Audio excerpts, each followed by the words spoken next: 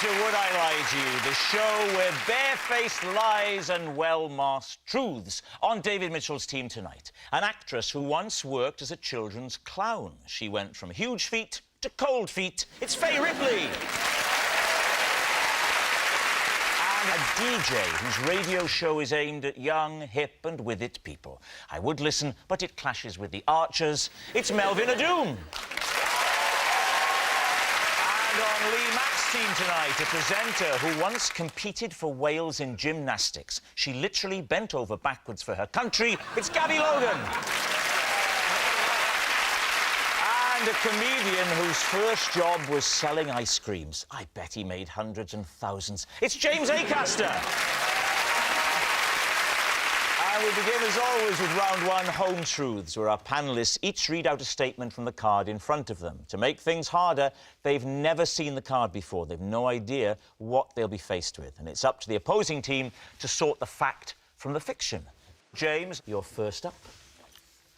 I once spent the night in a bush in Basingstoke. David's team. Right. That's a true. Yeah.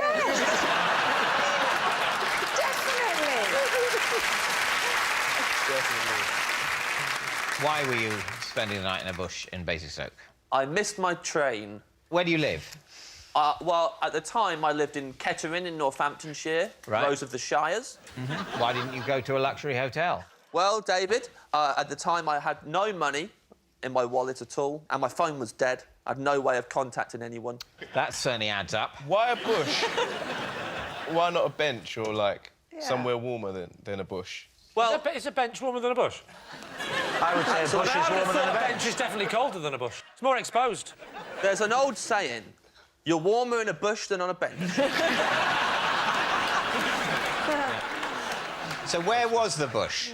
Paint the picture of the local It was right in area. front of the train station, and there was like a little, like, pick-up point for taxis and stuff, and then it went down a little bit to the road, and then right in front of the road, just a load of bushes. So you didn't look for a long time for a particularly comfy spot? I'll level with you, David. The amount of time it took me to decide to sleep in the bush was embarrassingly short. Right. Was it? Now, that does surprise me. It was a quick decision. You've missed your train, and you go, right, that's it. And you immediately, like, 14 seconds later, you're snoring. Well, I actually didn't get to sleep. It was scary. I was freezing, actually. Even though the bush... It was a nice, roomy bush. Can you remember the shape of the leaves? It was like small, little Basingstoke leaves. Individual leaves? Yeah. Variegated? But, OK, you have to explain what that word means. It means there's a sort of white bit on the outside, I think. I wasn't paying attention to the leaves. I had bigger problems at the time. I wasn't sitting in the bush going, one day, I may have to justify this entire experience on what I like it. I better memorise the leaves and whether they're gentrified or whatever you said.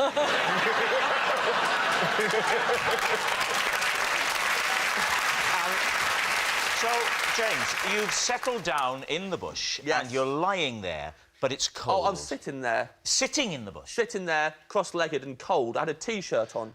How are you going to go to sleep sitting? I was scared. So I hadn't really... it was Friday night in Basingstoke. There were hoodlums around. And all you had on was a T-shirt. And jeans. And jeans, of course. Yes. I still feel like the bench is warmer. So, did anybody hear you in the bush and come and At investigate? one point they did. At one point some hoodlums stopped outside the bush. They said, you know what we haven't done in a while? we haven't beaten someone up in a while. That's how they speak, David. Bullies speak like that to each other. And I was in the bush, and at the time I was wearing a red dress. What did you say? What? I was wearing a dress by now. Why? You said you're in a T-shirt. Originally I was in a T-shirt, and then I had to put a dress on. Why did you put a dress on? Why? It was cold. Where did you get a dress from? I had it in a bag. Why? I was making a short film, and I had to buy the wardrobe for the cast. You're in the bush. The hoodlums had moved on. They didn't beat you up. I tricked them. I put the bag over my head. You seriously put the bag over your head? Yeah, put yourself in my shoes. They're saying they want to beat someone up. if they look down and see me wearing a dress, it'll be like Christmas. So I put the bag over my head, and now if they look down, they'll think someone's left a bag and a dismembered body in a bush. People at home, don't put bags on your heads. No. Let's go back to the temperature of this bush now. You said you went into the dress for warmth, but surely the jeans and the T-shirt were warmer than a dress. There's a lot of ventilation. I think he to said be he put fair, the dress I on don't think over. he took the jeans. Yeah. and the t-shirt. Oh, it was double. Yeah, no, but he didn't slip out of the jeans and the T-shirt, fold them up nicely at the side, and then get the dress and put it on and go, oh, I look wonderful. He wasn't doing that. Oh, right. By the end of the night, he's wearing the jeans, the T-shirt, the dress, and the bag. May I just say, it's lucky this didn't happen to Melvin, because if so, he'd have been on a bench wearing a dress and nothing else.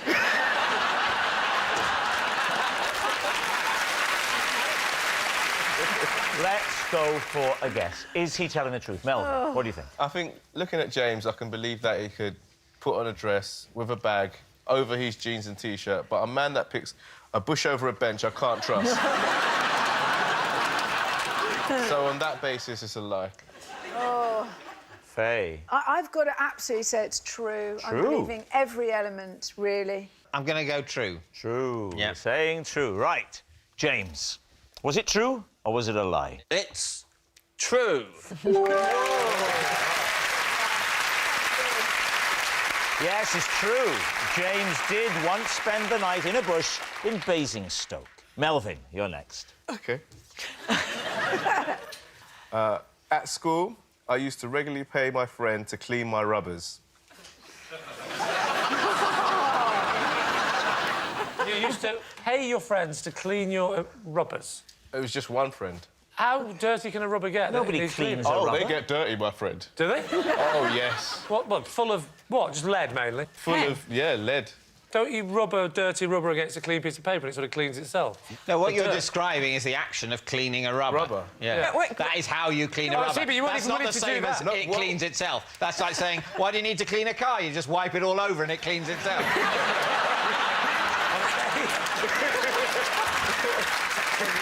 10 years. What is your... 10 years of this kind of What's- bullying.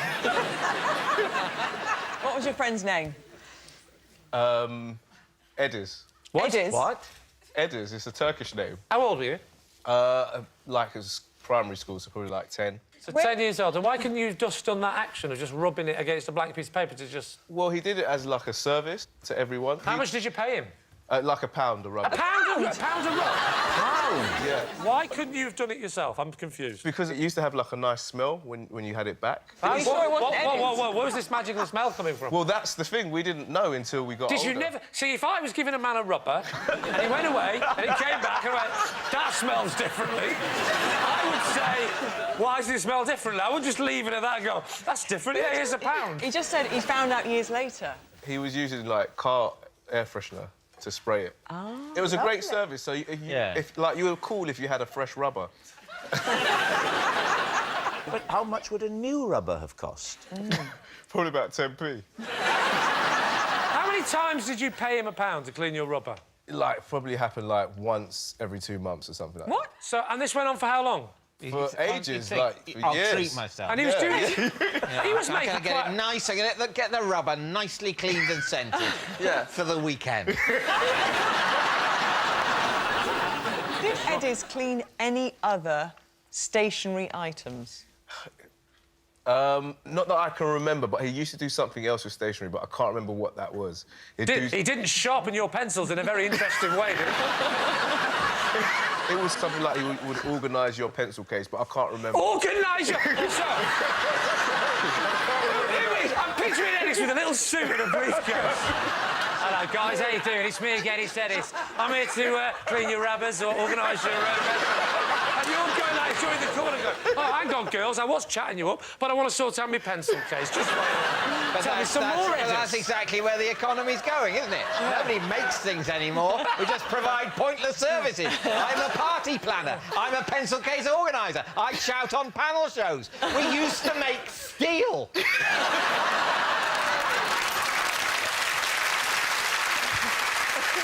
What's it gonna be? Look, the thing is, during my one, which was true, I started thinking it was a lie.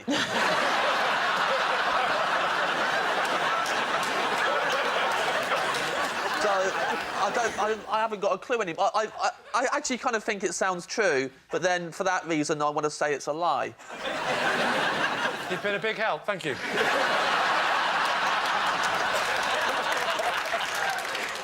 Gabby. My gut's saying true. What's your gut saying? Go on, let's go true. You're going to say true? Melvin, It is. was it true or was it a lie? It is true.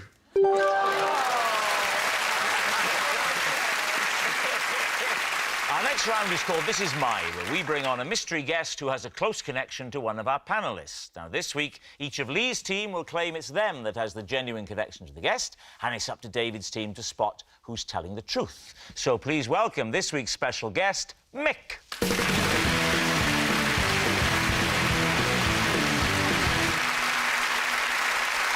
So, Gabby, what is Mick to you?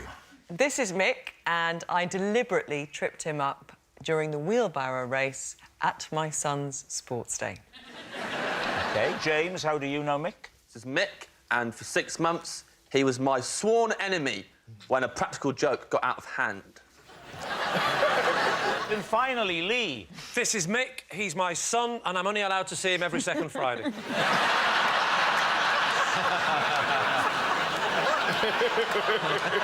Sorry, no, that's not it. This is Mick. I once took him home from nursery instead of my own son. So there we have it.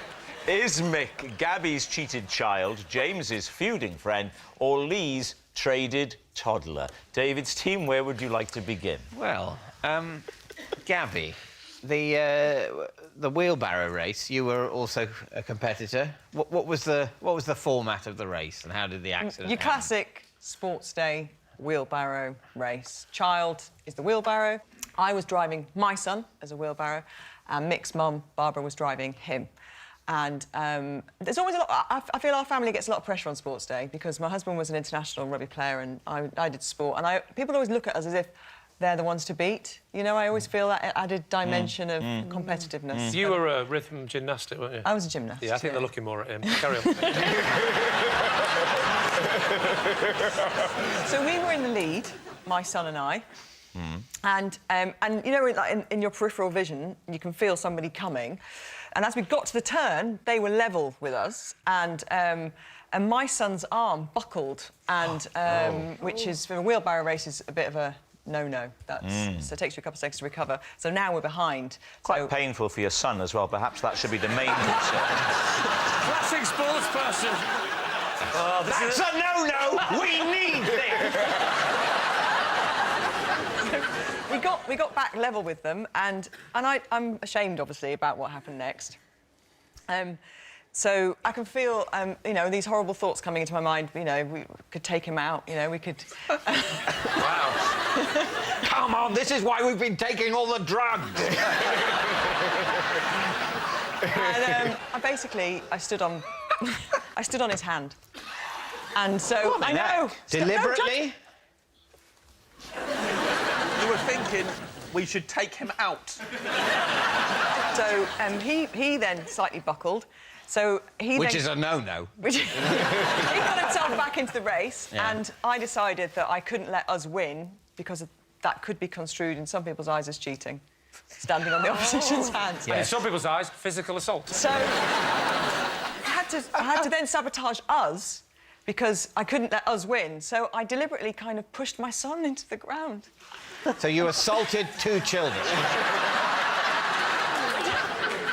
I kind of just, you know, pretended to trip onto Reuben. So, Right. and then his arms buckled, double buckle, which is a no. No. And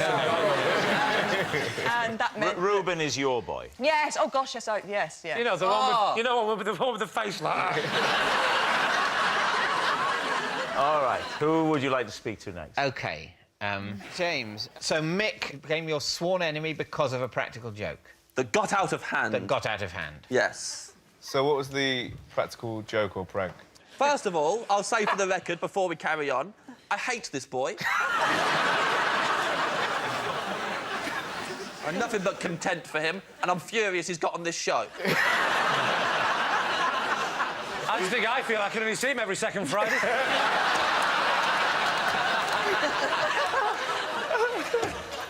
So what was the practical joke, James? He put cabbage leaves in my bed. How did he get in your room? I was staying at his house. On a sleepover? How old are you? It's a few years ago. Yeah, well, he wouldn't have been born. He was 9. And you were, what, 31? I was, what, 28? 29? And how do you know him? I know his dad. He's his son.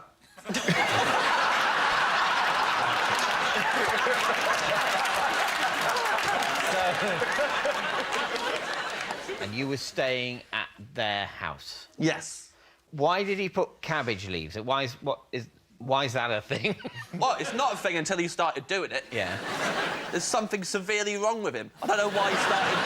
But you say Pulling this kind of started stunt. doing it. Was Yeah. It, what do you mean start? This is a one occasion when you're is it? staying there. Well, I don't know. This is the first of many, David. So I said got out of hand. I do not use those words lightly. So you regularly stay at the house of... Oh, no. Oh. This little man does not restrict these pranks to his own house. He has no respect for anyone's privacy and will cross any boundaries available to him. I hate him with all my heart. Yeah.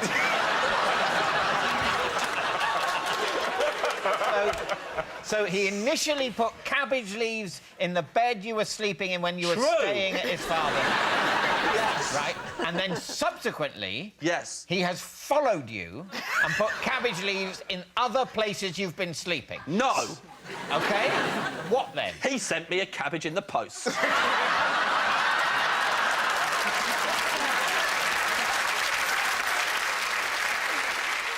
He sent me half a cabbage, cling filmed, in a box. I was out when they delivered it. I had to go to the post office to pick it up.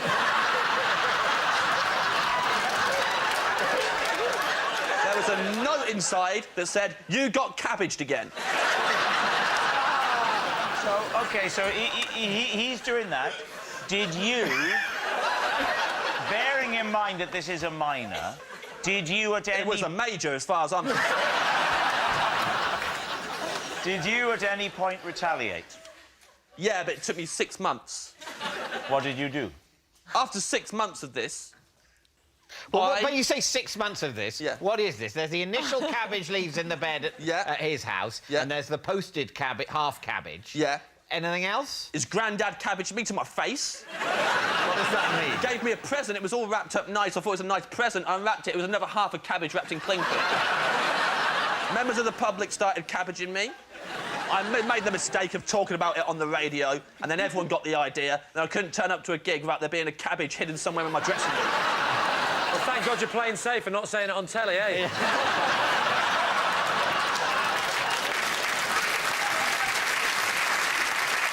So, did you retaliate? I absolutely did. I removed all of his belongings from his bedroom and replaced them with cabbages.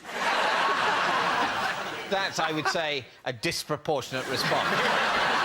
6 months of my life, David. 6 months of my life of not knowing where the next cabbage was coming from. It was horrible. I had to go big. I've been cabbaged so many times. Someone had started a Twitter account, was tweeting pictures of cabbages on me every day. They said stuff like, "Oi, oi, Savoy." It was horrible. And that was just the tip of the iceberg. It's a lettuce, you idiot! Oh, but come on, cut me some slack! No. I would say that compete with anyone that. who can enjoy that joke about a lettuce would have to be a sociopath. All right, on to Lee. Lee, remind us of your story. This is Mick. I once took him home from nursery instead of my own son. Why did you not recognise your own son by using your eyes and knowing what he looks like? I do recognise my own son, but we had this new pram, and the pram, I put him in the pram. He was very young at the time, because, well, you have to go to nursery. And I put him in the pram. At nursery? Not a pram, a It's a push buggy. A pram when they're sort of tiny. A pusher! You made one mistake! You say lettuce instead of cabbage! They're on your back! You say pram instead of pushchair. I get to see him every other week. I'm stressed. I put him in the pushchair, and then I got chatting to all the other mums and dads and stuff. Got chatting, turned round. Little did I realise that one of the other parents had exactly the same pushchair, and because he was asleep, I just didn't bother talking to him because I thought he was asleep. Pushed him and got all the way home. Long walk as well, because he goes to school in London and we live in Aberdeen. How long was it before you realised? Probably Glasgow. It was about... believe it or not, preferably do. Yeah, that's very much the question. Believe it or not, it was as I went into the front door and I pushed him towards my wife, who was coming towards me, and she said, "That is not my son." But the other mother would have recognised her child, so let's go to the other mother. Let's go to the other mother. What happened there? So, obviously, I'm not there to see the other mother. No, but presumably in the police interview later, you've gone through those details. No, I knew it would be a bit of a nerve-wracking experience, so I thought I'd better play safe and just keep him, and that's what we did. We just ended up bringing up another child. So I got into the house, pushed him into the house. Yeah. My wife said, "That's not my son." So I went, oh! I realised immediately what had happened, obviously. I turned round and I raced back to the school very quickly. So I got in just in time for them to go, "What are you?" And then... So you got back just in time. Got back in time. Just before Mick's mother was going to start screaming, "My child has disappeared, my child has disappeared." Yeah, because what had happened is she was getting a bit frantic, but someone had calmed her down by doing the obvious and pointing to the child and saying, use your logic here. Yeah. There's a child abductors don't tend to leave a child as well. So, David's team. Is Mick Gabby's cheated child? Maybe. James's feuding friend? Maybe. Or Lee's traded toddler? No. I think that the cabbages, that is a good trick, because cabbages, when they get warmed up, stink. I also have, been to many a sports day where the parents do get incredibly competitive. I would probably lean towards Gabby. What about you, Melvin? Which way are you leaning? I believe Gabby, but James is just weird, so I believe him even more. Your paranoid view seems to be the whole country's in on it. Now everyone's sending you cabbages. Every time people laugh at me, I suspect they're my enemy, which makes my job very difficult.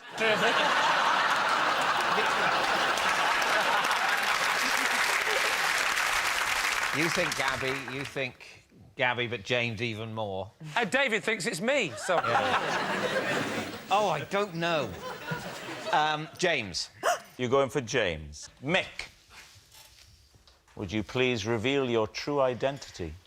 I'm Mick, and I am James's worst enemy.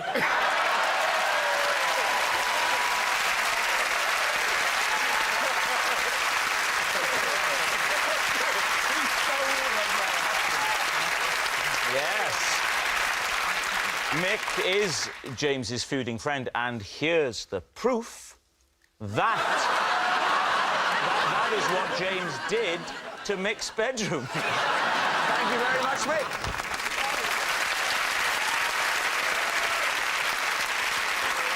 Which brings us to our final round, quickfire lies, and we start with... It's David.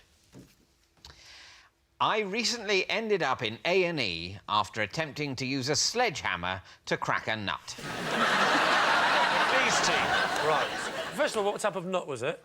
A walnut. Of course. A walnut. Did you use the floor or the wall? I used a bit of kitchen surface. What is your work surface made from? Well, at home... No, in your shed. What is your kitchen work surface made from in your kitchen? It's a sort of... It's... I don't really know. OK. Why did you have a sledgehammer in the kitchen? Well, it was... But I didn't. Oh, so it's not true? This didn't happen. Oh, OK. Easy. Wow, we broke in quickly tonight, didn't we? This didn't happen at my house. Where did it happen? At my parents' house. So why were you trying to describe your house when you were talking about the work Because he surface? kept asking me about my own work surface. I'm just trying to be as helpful as possible. OK, can you tell us the colour of the kitchen surface in your parents' house? Brown. Brown. Was it Brown? Is it a wood? No, Did it look like a tree, but flat? I don't know what it's made of, but it's... Is it Formica? Might be Formica. Wooden Formica. Formica. Your parents have got wooden Formica tabletops. Why don't you use your television money and treat them, you two?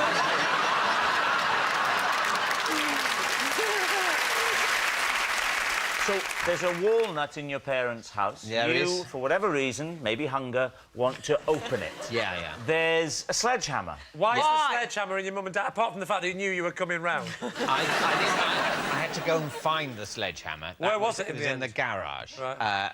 We couldn't find any nutcrackers. Well, your parents... We your parents were witnessing this? Yes, I wasn't on my own in my parents' house, smashing away at my hand like a maniac. It seems to me that on the evolutionary scale between nutcracker and sledgehammer, there are some other things you might find lying about the house. I wouldn't... shoe. Well, and 3 shattered iPads later, I found the sledgehammer. Who was there, by the way, in this? Who was witnessing this? There were...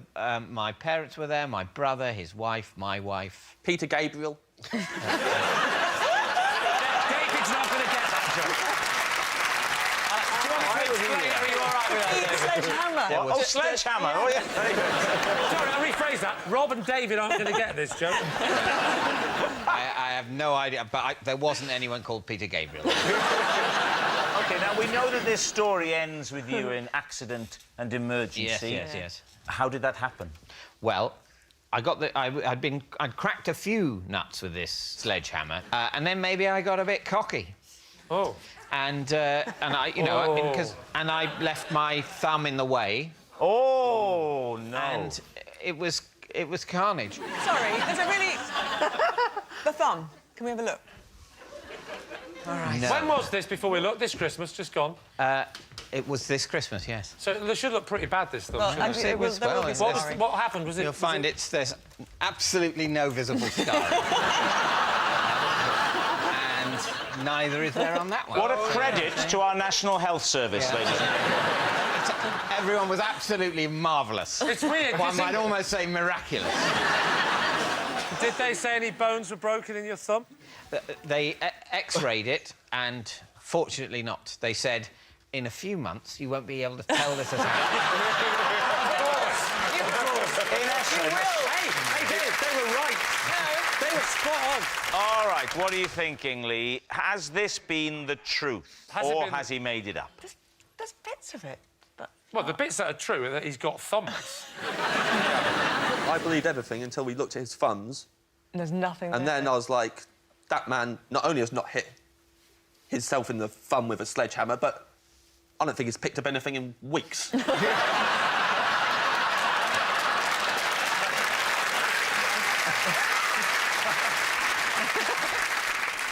Lie, don't you? I would say that it's a lie. You say it's a lie. David, truth or lie? It is a lie.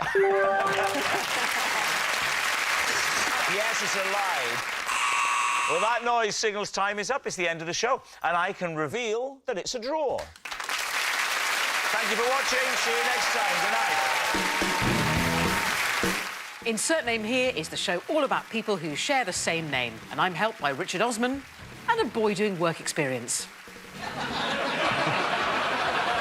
That's a brand new series of Insert Name Here tonight, 10 p.m. on BBC Two. Next, hear the real Marigold on tour. First, a little bit of heartwarming.